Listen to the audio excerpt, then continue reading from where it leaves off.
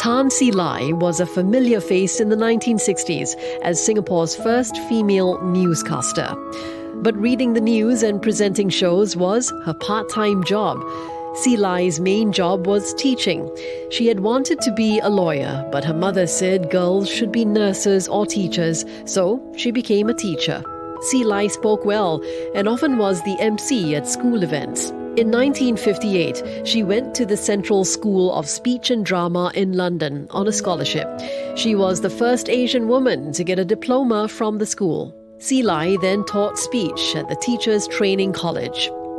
In 1963, when TV came to Singapore, she was hired by Radio and Television Singapore as a part-time newscaster and producer. In 1967, when educational TV was launched, she quit teaching to join the new unit at the Education Ministry. Several of See Lai's ETV productions won awards. In 1974, she went to Purdue University in the US for a master's degree in educational media. She was the first Singaporean to do such a course. When Dr. Goh Keng Swee became the Education Minister in 1979, See Lai told him that with just one TV per school, ETV's value was limited. He made her the head of the unit and gave her $78 million to put a TV in every classroom and produce more programs. She later took on other roles at the ministry and was instrumental in setting up the first Singapore International School in Hong Kong.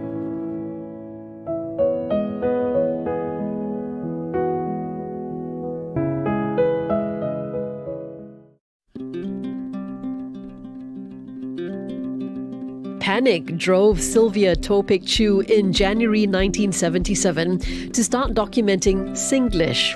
Desperate to find a topic for her weekly humour column in the Sunday Nation, she had a brainwave. Write about the words and phrases of what she called Singapore's Pasar Patois or slanguage, later known as Singlish. The column was a huge hit, and so she kept on writing. A publisher suggested she put them all into a book, and in 1982, A Gundu was born. It was a runaway bestseller. In 1986, she published Lagi Gundu and established herself as the grandmother of Singlish. Sylvia's family moved from Penang to Singapore soon after she was born. She was a lackluster student at St. Margaret's Girls' School and a couple of private schools. After her A-levels, unable to find a job, she spent her time at the USIS Library, reading humour writers such as Dorothy Parker. She started to write and sent a piece about being a teenager to Her World. This led her to writing TV reviews, and then she began to freelance for the weekly teen magazine Fanfare. She was offered a full-time job, was soon made the news editor, and in 1972, she became the editor of Fanfare. In 1980, Sylvia left Fanfare and became a part-time tour guide while working on her books. She later spent some years as a dialogue editor at MediaCorp and then returned to print journalism at the New Paper. She now writes a column for Silver Streak.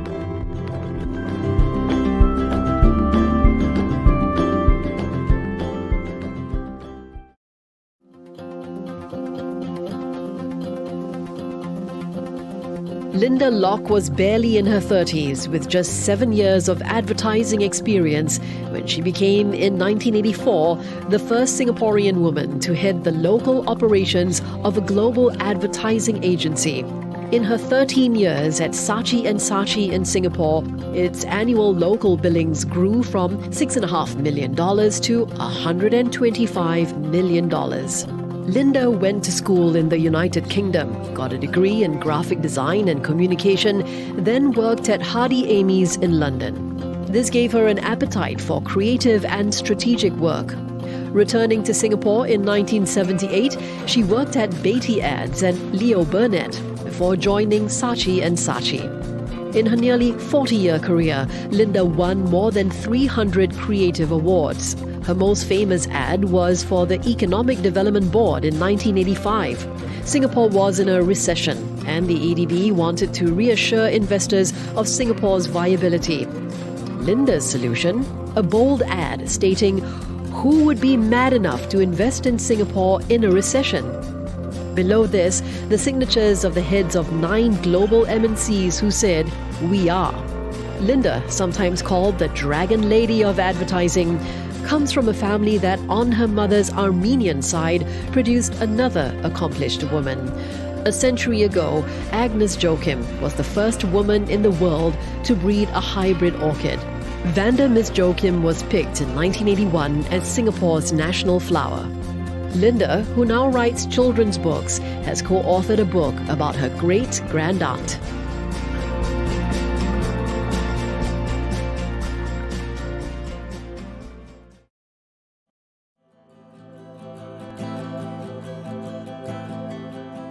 In 1992, Mary Ann Tsao left her busy practice as a pediatrician in the United States to come to Singapore to look into issues related to aging and aged care.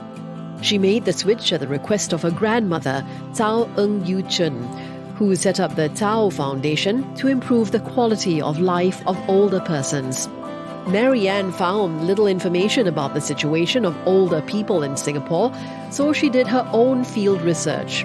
In those days, lifts in many HDB blocks did not serve every floor, and older people tended to be homebound. One of the earlier programs she started was the Hua Mei Mobile Clinic to bring medical and socio-emotional care to frail homebound elders. The Tsao Foundation today has a range of community-based services for older people.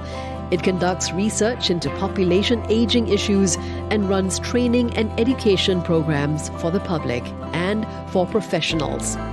Its work has helped inform the program development of civil society and public organizations in Singapore and Southeast Asia. Mary Ann has served as the technical advisor and resource person for various multilateral agencies and on the boards of international NGOs on aging. In 2022, she was named by the United Nations as one of the Healthy Aging 50, the 50 pioneering global leaders working to make the world a better place for older people.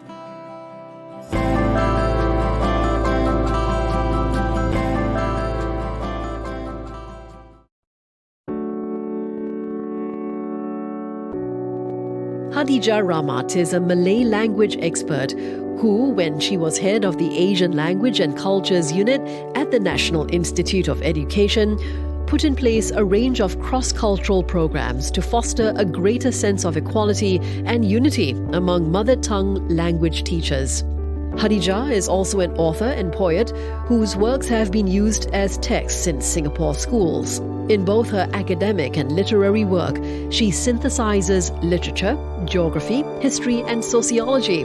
A topic close to her heart is kampong or village life because she grew up in a kampong and she knows well the related social and economic issues. When she was 15, Hadijah was a writer for a student magazine. Her first story was titled Aida Tidak Menangis Lagi, or Aida No Longer Cries. To type it, she had to get the help of her neighbor, Ma'at bin Malan, who worked as a clerk and had access to a typewriter. Later, when Hadijah did well at her O-levels, her mother dug into her savings to buy her daughter a small typewriter. Hadijah has won numerous awards for her work and her community contributions.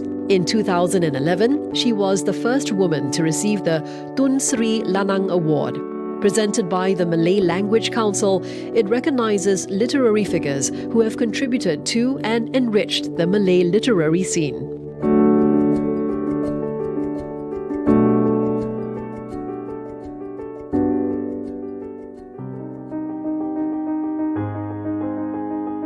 Kirtida Mekani's love for nature and commitment to environmental causes began as a child when, walking past a compost pit at her family's farm in India, she asked her father why that smelly thing was there. He arranged for her to spend a day with the farm's caretaker, who showed her how the smelly compost pit would eventually become fertile, life-giving soil. In 1990, Kirtida and her husband moved to Singapore, and in 1993, she became the founding executive director of the Singapore Environment Council. Over the next 4 years, she launched a host of environmental protection and educational programs for schools, businesses, and the community. After leaving the council, Kirtida continued to play a leading role in community environmental programs. The very successful Plant a Tree program was her idea. NParks initially thought it would not work, but Kirtida persisted, and in 2007, the program was launched. Since then, 76,000 trees have been planted by individuals and organizations, with 200 native trees from the region introduced to Singapore, enhancing our biodiversity. Kirtida is passionate about educating the young about nature and serves on the boards of many schools and educational institutions. One project she has supported is United World College's Rainforest Restoration Project, where students run nurseries to grow threatened rainforest tree species. In 2015, Kirtida received the President's Award for the Environment.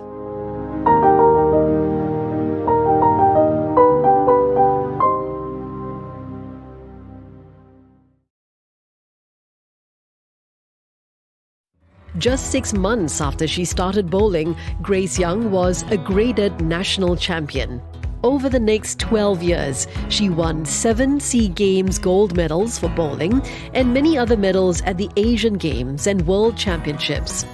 She was named Sportswoman of the Year 3 times. In 1993, when Singapore hosted the SEA Games, Grace was the torchbearer. At school, Grace played many sports, but she only discovered her talent for bowling when she was 21. On an evening out with her friends at a bowling alley, she saw the national youth team at a practice session. She found an opportunity to ask their coach, Victor Tam, for some tips. Impressed with her talent, he asked her to join the team. After retiring from competitive bowling, Grace started cycling to raise funds for underserved communities in remote Thai villages. With some friends, she formed Cyclists with Compassion. They have helped orphanages become self-sufficient in farming, donated bicycles for children to get to school, and funded reskilling programs for women and girls. Grace heads the fundraising committee of Ambulance Wish Singapore, which celebrates the lives and fulfills the wishes of the terminally ill in Singapore. Its key signature fundraising event is called Cycle of Peace, which aims to engage all segments of Singapore society to increase awareness of its cause.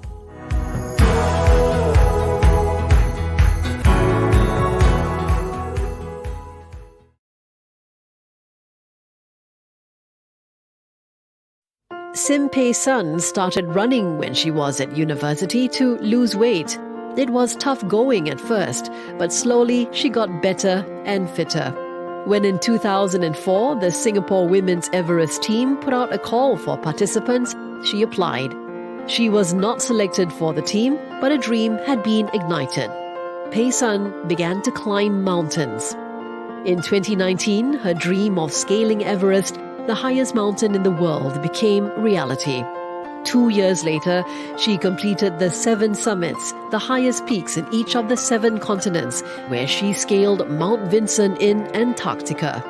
On 27th July 2023, Phei summited K2, the second highest mountain in the world, and a much more difficult climb than Everest. She was one of the 2 Singaporean women who summited K2 that day. They are the first Singaporean women to scale both Everest and K2.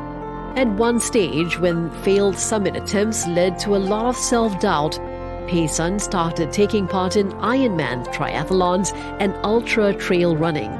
She realized that mountaineering and trail running are complementary. Being able to run for 20 to 40 plus hours makes her confident about handling the long summit pushes and descents. Both, she says, are about endurance and spending a long time in the mountains.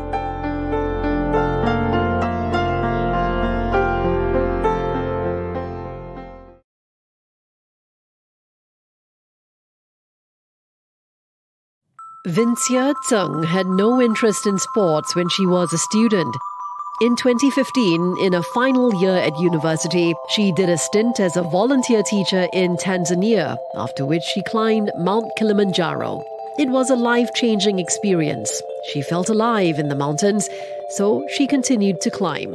In 2017, she summited Mera Peak in Nepal, and then she attempted Aconcagua in Argentina, but failed to summit. She decided she needed to get serious about her climbing, and in 2018, she embarked on a rigorous training program. Her goal was to summit Mount Everest in 2020, but the pandemic got in the way. Finally, in May 2023, Vincere summited Mount Everest, the tallest mountain in the world.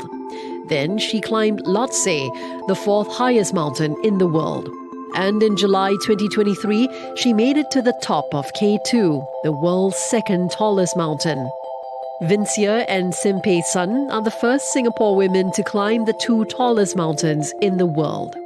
Vincere aims to be Everest ready at all times. She is a disciplined and determined endurance athlete who represents Singapore at regional trail running competitions and who can climb 8,000-meter peaks and run 100-kilometer races with ease. Her aim, she says, is to showcase Singapore's capabilities in high-altitude mountaineering, challenging the norms in a male-dominated sport.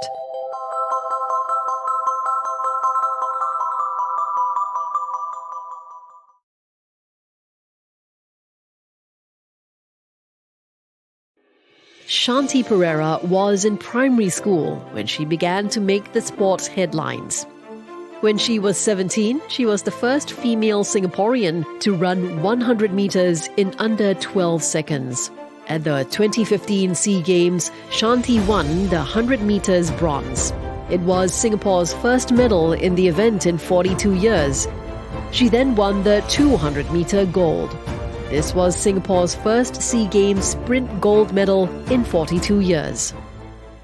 But in 2018, a hamstring injury threw her off her preparation for the Asian Games. She failed to meet the targets needed to keep the Sports Excellence Scholarship she had been awarded 2 years earlier. She also failed to meet the academic standards needed to keep her Singapore Management University scholarship. She began to doubt herself. But just before the 2022 SEA Games in Hanoi, Shanti had a eureka moment. She realized running was what she was born to do, and it was something she wanted to do. At the Games, she won the women's 200-meter gold medal. She returned to the SPECS program and focused fully on her running. In May 2023 at the SEA Games in Phnom Penh, Shanti was the first Singaporean woman to win both the 100-meter and 200-meter sprints in the same Games. In July, at the Asian Athletics Championships in Bangkok, she again won the sprint double. And then at the Hangzhou Asian Games, Shanti won the 100-meter silver and the 200-meter gold. It was Singapore's first Asian Games track and field gold medal since 1974.